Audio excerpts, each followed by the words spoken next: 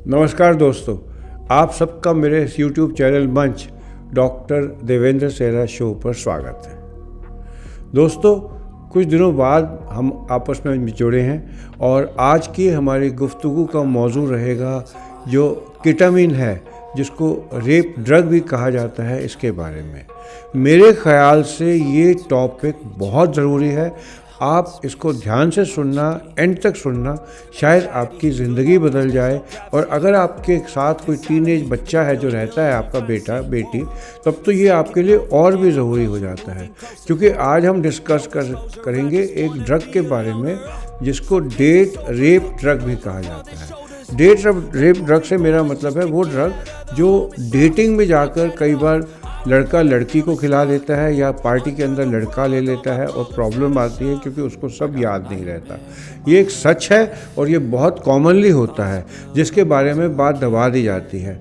Times of India में मैंने article कुछ समय पहले पढ़ा था कि एक लड़की थी, उसके पिता और माँ बाप ने जाकर रिपोर्ट दर्ज कराई थी कि उसको जब उसने अपना 12th क्लास पास की तो वो एक पार्टी पर गई थी अपने दोस्तों के साथ। सारे अच्छे लोग थे, उसमें कुछ और लोग भी आए हुए थे। और वो पार्टी जो है रात को देर तक उसने तो सिंपल कोक वगैरह, सिंपल सॉफ्ट ड्रिंक्स ली, लेकिन उसको कुछ ऐसा पिला दिया गया कि उसके बाद उसको कुछ याद नहीं। और घर आई तो लोगों ने, उसके पेरेंट्स ने उसकी बदहवासी की हालत देखी तो उन्होंने सस्पेक्ट किया और बाद में देखा कि उस पर सेक्सुअल असॉल्ट किया गया था, जिसके बारे में उसको कुछ मालूम नहीं था। इसलिए मैंने सोचा कि आप अगर एक टीनएजर बिटिया के या टीनएज लड़के के पिता हैं या माँ हैं तो आपको इस बारे में ज़रूर पता होना चाहिए। आपने सुना तो होगा, लेकिन मैं आज बात कर रहा हूँ एक दवाई की जिसको केटामीन कहते हैं।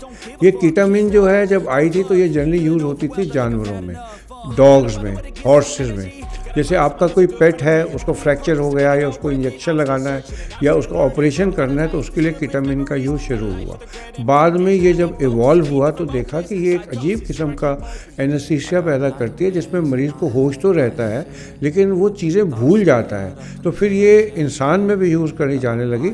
हमारे जो पेट की सर्जरी होती है वहाँ ये पॉसिबल नहीं होता क्योंकि ये मसल रिलैक्स नहीं करती, लेकिन हमारे ऑर्थोपेडिक्स में ये बड़ी कामयाब दवाई रही क्योंकि ये बोनी सर्जरी में बड़े आराम से दे सकते हैं। इसको देने के बाद पेशेंट कॉन्शियस रहता है, उसका रेस्पिरेटरी डिप्रेशन भी नहीं होता, वो आराम से सांस लेता रहता है और ऐसे देखता है कि जैसे वो नॉर्मल हो और उसको पेन होना ख़त्म हो जाता है। तो ये उसमें यूज़ की जाने लगी। तो इसके बाद ये पाया गया कि इसको नशे के लिए भी यूज़ किया जाता है। हाँ, नशे के लिए यूज़ किया जाता है। वो कैसे? क्योंकि इसका मोड ऑफ एक्शन बहुत डिफरेंट है। इसका मोड ऑफ एक्शन ये है कि ये एक डिसोसिएटिव एनेस्थीसिया पैदा करती है, जिसका मतलब आप जैसे दूर खड़े हों और अपने आप को देख रहे हों, इस तरह की फीलिंग पैदा करती है। एक सिंपल वर्ड में मैं समझाना चाहूँगा। आप ऐसा समझें कि हमारे ब्रेन में जो नर्व्स हैं उनके पाथवेज हैं। हर पाथवे एक अलग काम करने के लिए। जैसे आपकी आइज़ है, अगर वो देखती हैं तो आँख से देखेंगे, उसका अलग नर्व जाएगी जो ब्रेन तक जाएगी। कान जो सुनने वाले हैं उसके अलग कान में ऑडिटरी होगा सेंसेशन, वो जाकर ब्रेन में जाएगी। लेकिन अगर ये पाथवे मिल जाएं तो क्या होगा? आप इस तरीके से समझिए कि जैसे आप सड़क पे जा रहे हैं, सड़क पर फुटपाथ बना है पेडेस्ट्रियन के जाने का, मेन रोड है गाड़ियों के जाने की, साइकिल ट्रैक अलग बना हुआ है, पास जो है लॉन है या खेत है उसमें गाय वगैरह चल रही हैं। हर एक का अलग पाथ है। लेकिन अगर किसी जंबलिंग से ये पाथवे मिल जाएं और अगर जो साइकिल वाला है वो मेन रोड पर आ जाए और भैंस गाय जो है वो साइकिल वाले रोड पर चलने लगे तो टोटल केओस हो जाएगा। इस तरीके से हमारे ब्रेन में अलग अलग फंक्शनिंग वाले अलग अलग सिस्टम काम करते हैं। अगर उनको मिक्स कर दिया जाए तो ये काम टॉपसी टर्वी हो जाएगा। ये जो चीज़ मैंने आपको बताई वो केवल समझाने के लिए है। रियलिटी में क्या होता है, जो साइंस ने पाया कि जो हमारे आइज़ से जो रिसेप्टर निकल रहे हैं, जो जा रहे हैं ब्रेन तक, और जो हमारे ये सुनने के रिसेप्टर जो जा रहे हैं ब्रेन तक, अगर ये आपस में मिक्स हो जाएं तो इसमें क्या होगा? आवाज़ जो है वो दिखाई देने लगेगी, आवाज़ दिखाई देने लगेगी, शब्द जो हैं वो सुनाई देने लगेंगे, क्योंकि ये टॉपसी टर्वी हो जाएगा सिस्टम। तो ये एक अजीब सी हेलुसिनेशन की स्टेट पैदा हो जाती है जो सबसे कॉमन LSD दवाई करती है। LSD जो नशे की दवा होती है, ये अलग अलग पाथवे से काम करती हैं। कोई MDMA पाथवे होता है, कुछ कोई और होता है, जो आज डिस्कशन का विषय नहीं है। लेकिन इस तरीके केटामिन के लो डोज में देने में ये पाया गया कि ये इस तरीके के पाथवे पर एक्ट करने से इसका असर डिफरेंट तरीके से आता है और पर्सन इसको एंजॉय करने लगता है, जनरली एंजॉय करने लगता है। तो इसमें इसका मिसयूज़ कैसे किया जाने लगा कि किसी अननोन पर्सन को या अनसस्पेक्टिंग पर्सन को इस तरीके की ड्रिंक्स में मिला के चीज़ दी जाने लगी, जिससे कि वो पर्सन जो था एक्ट तो कर रहा होता था लेकिन उसको कुछ पता नहीं होता था वो क्या कर रहा है, जिसको हम एमनीजिया कहते हैं।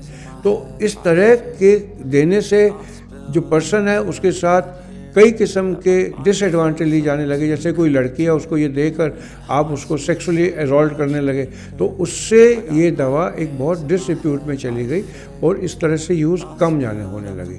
फिर इसका यूज़ आया नशे के लिए। इसको एक तो डिसोसिएटिव एनेस्थीसिया दिया हार्म करने के लिए, फिर कई लोग इसको अपने एन्जॉयमेंट के लिए कि जब वो शब्दों को जो है देखना चाहते हैं, म्यूज़िक को देखना चाहते हैं और पढ़ना चाहते हैं शब्दों को, अजीब तरह की सेंसेशन आने लगी, हेलुसिनेशन आने लगी, तो इसको नशे के लिए भी यूज़ किया जाने लगा।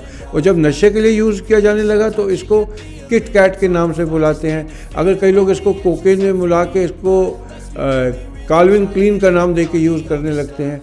इस तरह का कलर्स होने लगते हैं कि जैसे आप पार्क में जाएंगे, गार्डन में फूल देखेंगे तो जो फूल है उनका कलर और डार्क हो जाएगा, ग्रीन कलर डिफरेंट तरीके का हो जाएगा।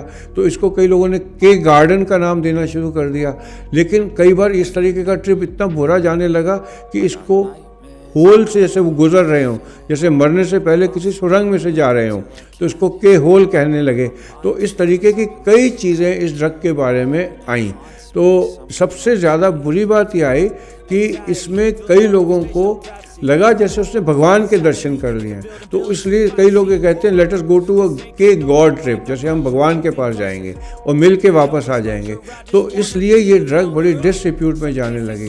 तो मैंने सोचा कि मैं आपको केटामिन के बारे में बता दूं।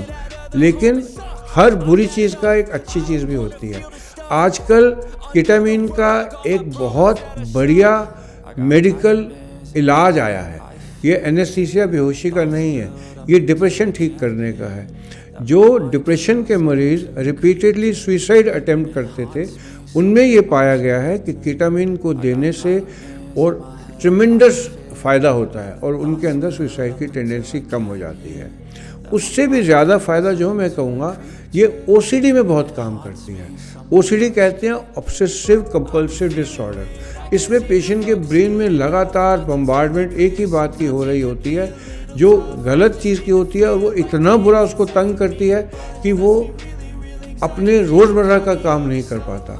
मुझे अच्छी तरह याद है कि जब मैं 4th ईयर में था, मेरे साथ MBBS में एक बड़ा ही ब्रिलियंट लंबा एक स्टूडेंट था जिसको OCD था और उसको अपनी पढ़ाई छोड़नी पड़ गई थी, क्योंकि लगातार दिमाग में सेम ख्याल आने से परफॉर्मेंस तो होती नहीं, वो अपने रोज़मर्रा का काम भी नहीं कर पाता। तो आजकल ऐसे पेशेंट्स के लिए OCD में केटामिन दी जाने लगी है।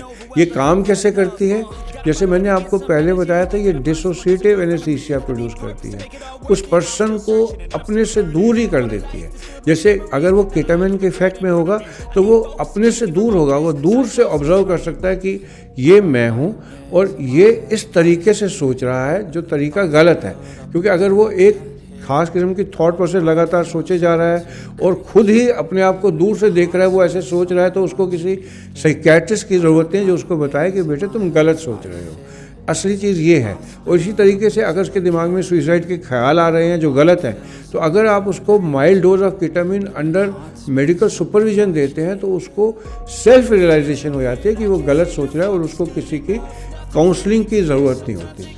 तो मैंने सोचा कि केटामिन की पूरे प्रोसेस जर्नी के बारे में बताऊं कि कैसे ये कुत्तों को एनेस्थीसिया के लिए दी जाने वाली दवा, बाद में इंसानों में हड्डियों के ऑपरेशन में इंसिजन ड्रेनेज में दी जाने वाली दवा, बाद में डेट रेप करके मिस यूज़ होने वाली दवा, फिर नशे में यूज़ होने वाली दवा, अब कैसे एक एथिकल यूज़ भी ले चुकी है, जो हम आजकल इसको यूज़ करते हैं डिप्रेशन के अंदर।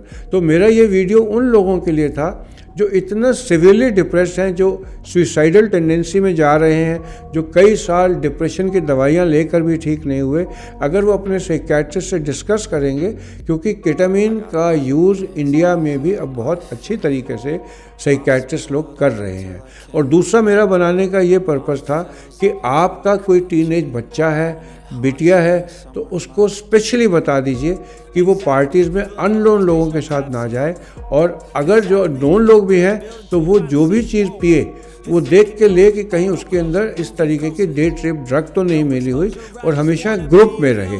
तो आज के लिए बस इतना ही। अगर आपको मेरे इस तरह के अपडेट कुछ सीखने को देते हैं तो आप मेरे चैनल देवेंद्र सेहरा शो को सब्सक्राइब कर लीजिए। मैं आपको इस तरह के अपडेट देता रहूँगा। आप सबका मेरे साथ जुड़ने के लिए शुक्रिया।